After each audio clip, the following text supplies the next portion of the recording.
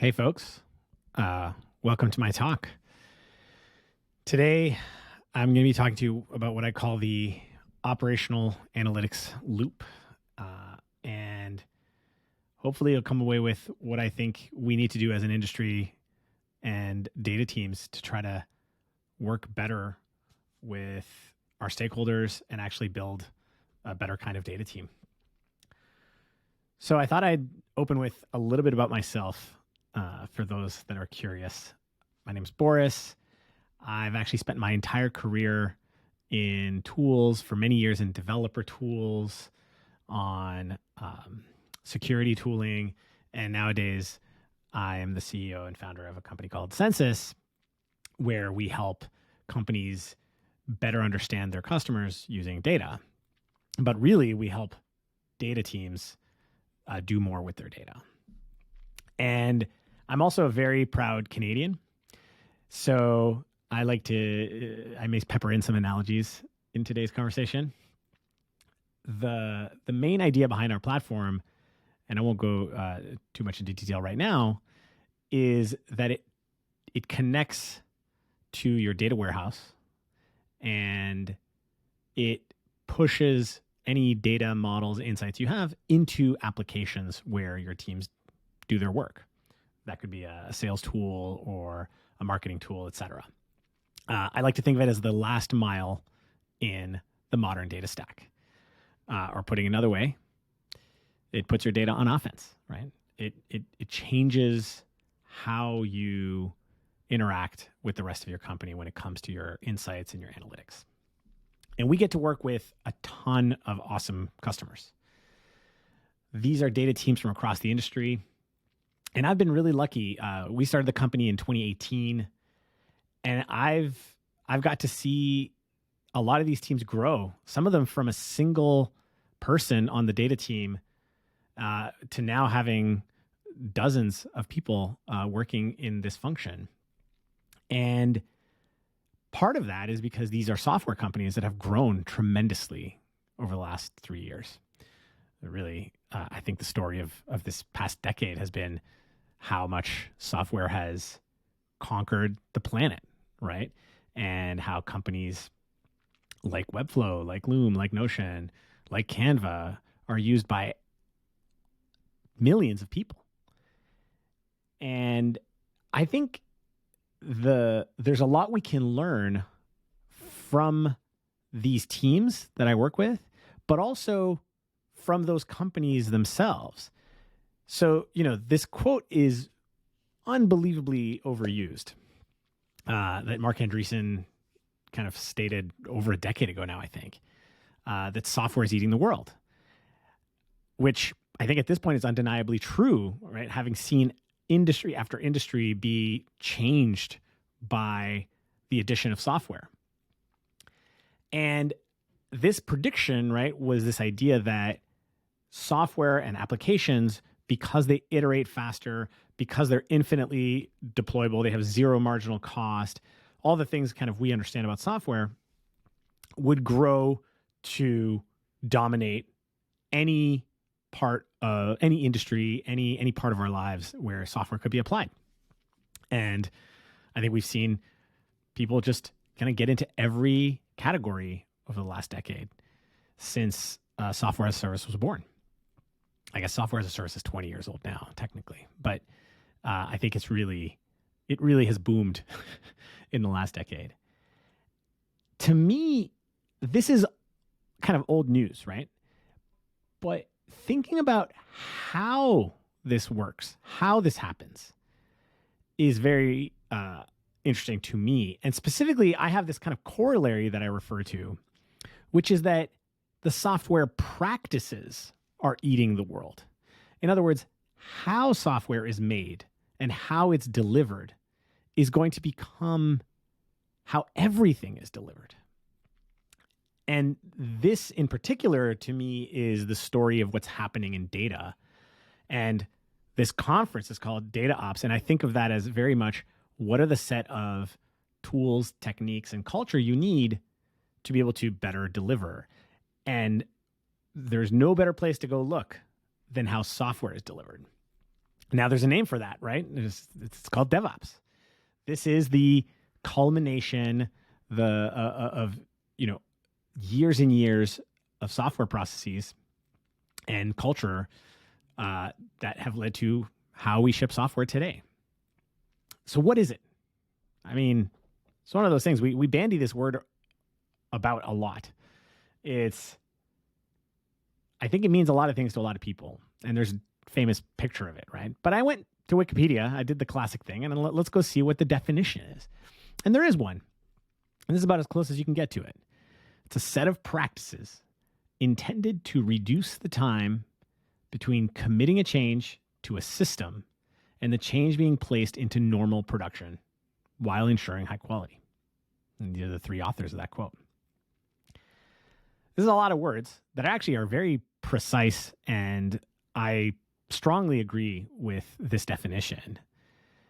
This idea that DevOps is about going faster, right, while maintaining quality and putting things into production. So I think it could all be summarized as how to be agile, right? And I don't mean that in the buzzword sense, but actually to have agility, right? The difference between a good organization and a great organization is that the great organization delivers more change, more additions, more improvements in a short amount of time without sacrificing the underlying quality. And if you do that, you will always eventually win. So how do software companies practice DevOps? Like, how does one put this definition into practice? And what is it that we've invented over the last 2 decades to make that possible? And a lot of this goes back to a lot of the earliest versions of this kind of emerged at Amazon when they started hitting very high scale back 20 years ago, because they were running a live service. Before software as a service, a lot of these precepts were not the same, right? Keeping a product in high quality when it's live on the internet is different than keeping a product at high quality when you put it in a CD and ship it. But a lot of the fundamentals are the same. So you can also look this up. Right? DevOps is also, the beauty of this is very well defined. It actually is composed of a variety of stages, and there are tools for each stage, tools and kind of associated techniques. So there's coding, building, testing, packaging, releasing, configuring, and monitoring. Those are all the things you do to a system. You kind of design it. So that's where coding comes in. And there are ways to do this, right? There's version control, which we are now all starting to adopt in the data community with GitHub and DBT kind of leading the way here. But there's more to it than just saying the the models are version controlled. There's code reviews that go along with that, right? There's these practices that go along with that. When it comes to building, you want to be able to do that continuously. So what is creating the views and models that you might work with? This is very important. So the way you do change management, the way you do rollback, the way you do infrastructure, the way you do monitoring, all of this have a set of associated tools, right? Some of them are super famous, right? Think of monitoring and Datadog and New Relic, these massive companies. You think of coding, you think of GitHub and GitLab. You think of testing, and you have Jenkins and Circle CI for continuous integration. There's just company after company that is focused and delivers a ton of value in each of these stages. And what's great is that this is not just a series of steps. This is not just a series of topics. What makes this work, what delivers the agility for software teams, is that this is a loop. This is why software evolves so fast, because the time from creation to delivery is reduced, all while keeping quality high, which means that the time from getting feedback back into the next iteration is also reduced. And so this is a really great virtuous loop, right? This is how you go from version 1 to version 2 to version 3 of your software, and it just keeps getting better. And some of that feedback comes through automation with analytics built into your software. This is a great audience. We in some ways enable that for our software teams.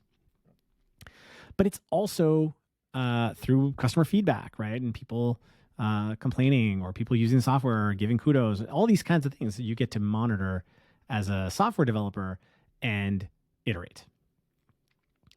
So to me, when we talk about DataOps, where's our loop, right? Where is our loop? The way I think about most data teams, and hopefully your team looks better than this, but we're kind of trapped in this, what I'll call request and wait cycle.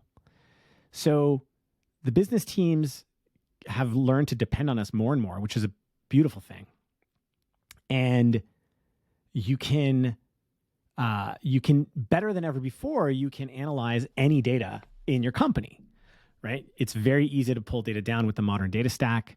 You can get a tool like, Fivetran or Stitch and bring that data into your warehouse. Warehouses are very easy to scale, so you don't have to think about these things much anymore. They're fairly cheap to get started. You can have bursty workloads.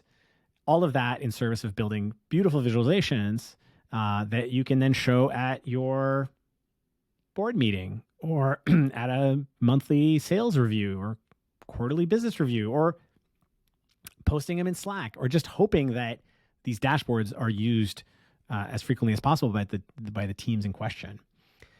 But inherently here, the feedback loop is ad hoc.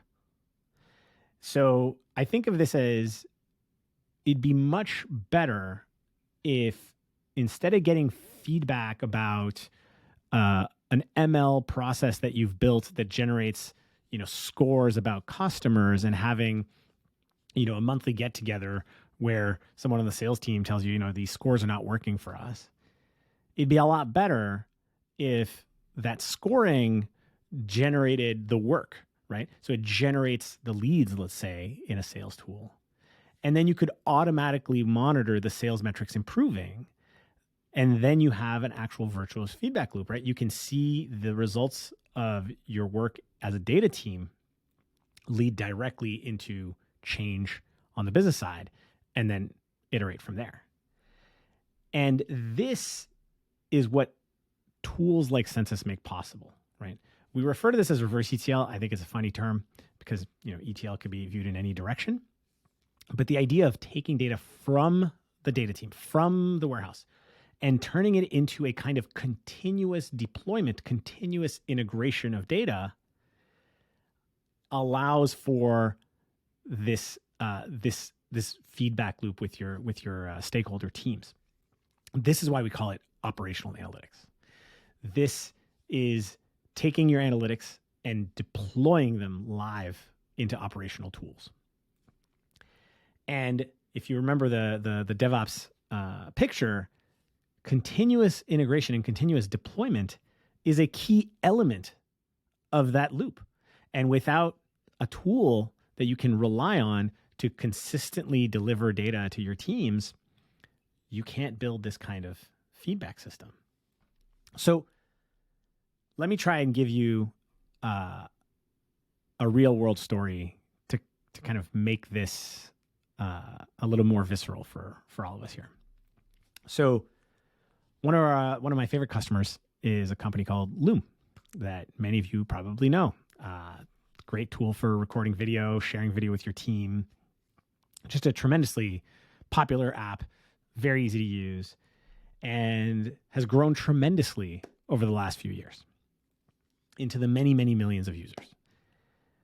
And as a data team, it's one of the things that they would get bombarded by their teams is this question of looking up a customer and how important they are. So what happened is and this is one of many kinds of stakeholders we deal with as a data team, right? There's no limit to who in the company might want to learn more about our users. So the customer success, customer support team at Loom really needed to know when a ticket came in, when an email came in, how should I deal with this customer? So, they would open up their BI tool and go look at some data, or open up their billing tool sometimes and then go look at payment data. And they would, change how they respond accordingly. This is something that every support team does all the time. But what that doesn't allow you to do is automatically prioritize. So what Loom put in place is a way of deploying their insights directly into Zendesk, their support tool. So what they did is they have the modern data stack, right? So they have, they used, a tool to bring in their billing data, bring in their product data, their event data, all of that sitting in their warehouse. And they used data modeling to create a set of models that identify which accounts, which organizations are high priority. They ranked them by a variety of metrics, right? This was not a one-liner of, is paid or not. This is a ever-evolving definition that includes how much they spend, how many users they have, how active they are in the product, the category of industry that they're in, right? All of these feed into how they want to prioritize this customer when it comes to product support. And using reverse ETL, you can push those metrics, those scores, if you will, directly into Zendesk, thus immediately in an automated fashion, prioritizing the tickets. And this happens in real time. This is not, you don't have to look it up as a support agent, and it changes the tickets in the application, which means your SLAs improve, and your support team doesn't have to sit in stress about whether or not they're spending their time wisely. And this is the kind of thing that you can only do if you can connect the data all the way across, right? In a way that you have confidence that it's not going to affect your systems, that they're not going to break, that these integrations are trustworthy, right? That they are dependable. Otherwise, you're back to square one. You can't have DevOps if you don't have a system that allows you to make change while maintaining quality. And now, over the years, right, they can change their definition of which of their users are VIP. They can split that into, kind of multiple tiers, all of which will consistently be reflected in the tools that their support team uses. So this is what it means to deliver operational analytics. It's about changing the relationship from I would like to know something. Could you tell me? Could you provide a page, to pushing that information into their hands. And I can't tell you how much you might underestimate the psychological impact this has and the productivity impact this has on a team like a support team, and same for a marketing team or a sales team. They really don't want to twiddle their thumbs or kind of stress out about whether something is high priority. The more you can push that in, the more efficiently you'll operate as a company. And this is where the loop comes in, right? This is how we get a loop, right? You get data about what's going on in your business, and you build models of how your business is operating. This is something that every data team is doing. Whether you kind of check those into version control or not, this is what every modern data team is doing. Even if your only model is how much money are we generating, right? This is pulled off of your billing systems, your invoicing systems, and you're providing that information to your team. And by pushing that directly back into the systems where action takes place, you've now created a loop that is not with no human element in the loop, right? It's kind of machine enabled at every level. And that way you can see, hey, let's take the example that we just did about product support, right? You can see what the response times are, and if they are dwindling for the set of customers that you care about. And if not, then maybe there's a different metric you can use to kind of affect the ratio or the SLA of a support ticket. And instead of having endless meetings to do that, here you can tweak and monitor the results, right? And depending on how many tickets you're getting as a company, you might be able to get you'll be able to measure the changes in your data models and the effect they have on your business, potentially in minutes, hours, days. Of course, if there's only one ticket a day, then you wouldn't know that. But of course, then you wouldn't have this problem. And this is the key, right? If your data requests, if your data organization is not under duress, which would surprise me, then this is less essential. But the higher your scale, and all of us are continually increasing kind of the scale of who we serve, whether that's number of users, number of stakeholders in your company, the greater your scale, the more you're going to want to move to a delivery mechanism that looks like this for all of the data that you produce. And this is, to me, in opposition to the traditional way of serving many stakeholders. And so what we're really trying to achieve here as an industry is this idea of data as a product, right? That your team and the artifacts that you produce are directly connected to every side of the business in a way that is not on what I'll call the IT model. So if you think about it, and I'm sure everyone lives on a spectrum on this front, but probably the number one complaint that I've heard in all my years working with data teams is this sitting on the wrong end of this spectrum, that you're constantly getting kind of requests, right? You're an order taker. It's like, hey, can I get this in a dashboard? Can I get this? Can I get that? Can I get this? And this is never ending. And I'm not saying you can solve that overnight, but the most important thing to take away from operationalizing your data is that it helps you move towards being a service provider, towards standardizing on a smaller set of models, towards actually creating a set of commodity models, if anything, inside your company that anyone in the company gets to take advantage of wherever it's most useful for them. So in other words, meet them where they are. And over time, reduce the kind of ad hoc requests and reduce the time that you have to spend, or they have to spend, or you have to spend waiting for what the requests should be. And again, this is not going to happen overnight for any of us.